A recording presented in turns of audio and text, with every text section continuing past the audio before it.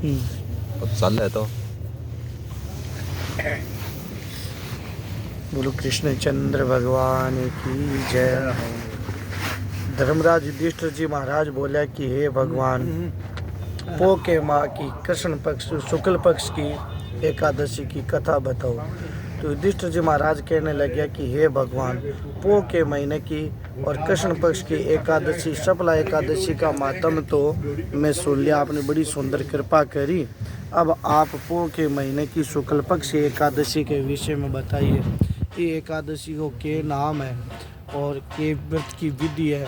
मन बताओ किस देवता की पूजा करनी चाहिए, के फल की प्राप्ति हुए। युधिष्ठिर जी महाराज की बात सुनकर के श्री कृष्णचंद्र भगवान बोला कि हे राजन, पो के माह की शुक्ल पक्ष की एकादशी पुत्रदा एकादशी है। इसको नारायण भगवान की पूजा करनी चाहिए।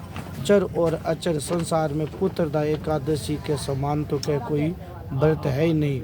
इको पुण्य से मनुष्य अगले जन्म में तपस्वीवान विद्वान लक्ष्मीवान बने। और मैं इसकी कथा कहता हूँ, आप ध्यान लगा करके सुनो। पो के महीने की पुत्रदा एकादशी की कथा है। भद्रावती नाम की नगरी में एक सुकेतु नाम को राजा राज करया करतो।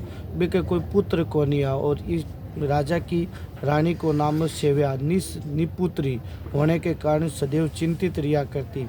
राजा ने भीतर यानी राजा और पितृ पिंड का रो परा लिया करता। राजा सोचा करता कि मेरे बाद में और पिंडदान कौन करसी मेरे, और भाई बांधव धन हाथी घोड़े राजे और मंत्री सब किसी ने भी होते हुए भी राजा को कोई संतोष को नहीं। सदैव यह विचार करता कि मेरे मरने के बाद में मुझको पिंडदान कौन करेगा। बिना पुत्र के और पितृ और देवता का ऋण भी चुका नहीं। जिस घर में पुत्र न हो उस घर में सदैव अंधेरा रहता है। इसीलिए पुत्र उत्पत्ति के लिए प्रयत्न करना चाहिए। जिस मनुष्य ने पुत्र का मुख देखा हुआ धन्य है, उसको इलोक में यश और परलोक में शांति मिलती है और उनको दोनों लोग सुधर जाते। पूर्व जन्म के कर्म से ही और इस जन्म में पुत्र धन आदि प्राप्त होते। राजा इस प्रकार रात दिन चिंता करता। एक समय राजा ने अपने शरीर को त्यागने को निश्चित कर लिया। आत्महत्या समझी सोचो महान बड़ो पाप, इसीलिए आत्महत्या तो नहीं करूँगा।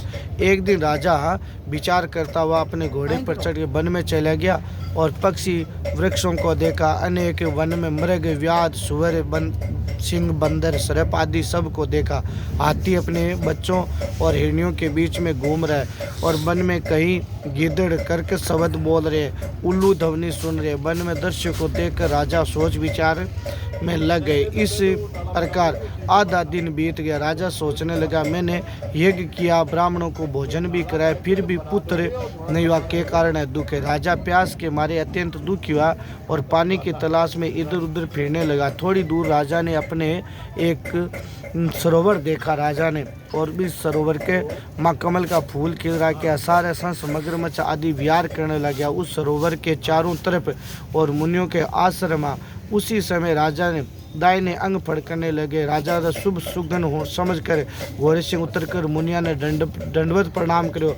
राजा को देखकर मुनियों ने कहा कि हे राजन, हम तुमसे अत्यंत प्रसन्न है, तुम्हारी क्या इच्छा है कहो। राजा ने पूछा कि महाराज आप कौन है, किस लिए यहाँ आए हो, कृपया करके बताए। मुनि कहने लगे, हे राजन, आज संतान देने वाली पुत्रदा एकादशी, हम लोग विश्वदेव भगवान नारायण की और पूजा करने इस सरोवर में स्नान करके पूजा करने आए। यह सुनकर राजा कहने लगा, महाराज मेरे भी तो कोई संतान नहीं, यदि आप मुझ पर पसंद हो तो एक पुत्र का वरदान दीजिए।